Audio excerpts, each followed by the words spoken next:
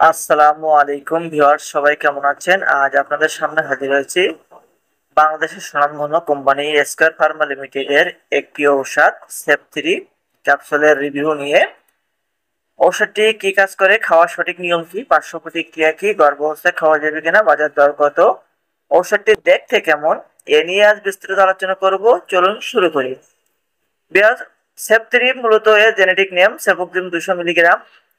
ওষুধটি যে সকল রোগের কাজ করে থাকে, উপরের শ্বাসনালীতে ব্যাকটেরিয়াজনিত সংক্রমণ যেমন নাক ও সাইনাস, ফুসফুসের ব্যাকটেরিয়াজনিত সংক্রমণ যেমন ব্রঙ্কাইটিস, মধ্যকানের কানের ব্যাকটেরিয়াজনিত সংক্রমণ যেমন আইটিস মিডিয়া, মূত্রনালীতে ব্যাকটেরিয়াজনিত সংক্রমণ, কিডনি ব্যাকটেরিয়াজনিত সংক্রমণ, পাইলোনেফ্রাইটিস, গোনোরিয়া রোগে কাজ করে থাকে। এছাড়া অপারেশনের পরবর্তী চিকিৎসায় ব্যবহার করা হয়ে থাকে, টনসিলের চিকিৎসায় ব্যবহার হয়ে থাকে, জ্বরের ক্ষেত্রেও ব্যবহার করা হয়ে থাকে, একদম ব্যাকটেরিয়া দমনে এটি ব্যবহার করা হয়ে থাকে।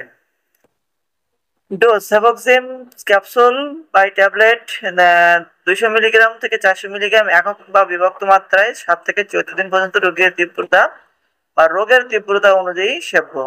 সেফোক্সিম সাবস্টিটিউশন তৈরির পাউডার শিশুদের মাত্রা দৈনিক 8 মিলিগ্রাম প্রতি কেজি দৈনিক ওজন হিসেবে অথবা দুইটি বিভক্ত মাত্রায় 7 থেকে 14 দিন পর্যন্ত সেবন করা যাবে। অবশ্যই একজন রেজিস্টার্ডভুক্ত চিকিৎসকের পরামর্শ ব্যতীত অ্যান্টিবায়োটিক বা সেপ 3 কখনোই ব্যবহার করবেন না। পার্শ্ব প্রতিক্রিয়া সাধারণত সুসহনীয়। যেসব পার্শ্ব প্রতিক্রিয়া ক্লিনিক্যাল ট্রায়ালে দেখা গেছে তার অধিকাংশই মৃদু প্রকৃতির এবং ক্ষণস্থায়ী। পরিপাকতন্ত্রের প্রতিক্রিয়া ডায়রিয়া যদি মারাত্মক আকার ধারণ করে তবে সেবন বন্ধ করা উচিত। পায়খানার রং পরিবর্তন, বমি ভাব, পেটে ব্যথা ও অজীর্ণতা, কেন্দ্রীয় স্নায়ুতন্ত্রের প্রতিক্রিয়া, মাথা ব্যথা, ঝিমুনি হতে পারে। অন্যান্য পার্শ্ব প্রতিক্রিয়া অতি সংবেদনশীল প্রতিক্রিয়া যার চিকিৎসা বন্ধ করা হলে তা অটোমেটিক চলে যায়। যদি আপনার ক্ষেত্রে এমন পার্শ্ব প্রতিক্রিয়া হয়ে থাকে তবে অবশ্যই একজন রেজিস্টার্ডভুক্ত চিকিৎসকের পরামর্শ অনুযায়ী ওষুধ সেবন করবেন অথবা বন্ধ করবেন।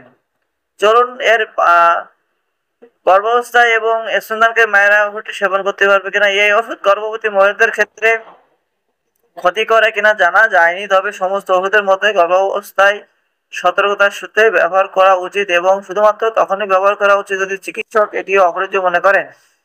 বিশেষ করে প্রথম ত্রিমাসিকে চিকিৎসকের পরামর্শ নিয়ে জানা যায়নি যে এই ঔষধ স্তনের দুধে প্রবেশ করে কিনা, তবে সাধারণত অ্যান্টিবায়োটিকগুলি স্তনের সময় ব্যবহার করা নিরাপদ বলে বিবেচিত নয়। চিকিৎসকের কাছে পরামর্শ নিন এবং 2025 সালে প্রতি বীজের দাম 45 টাকা। দেখতে পাচ্ছি সেম রিজনেবল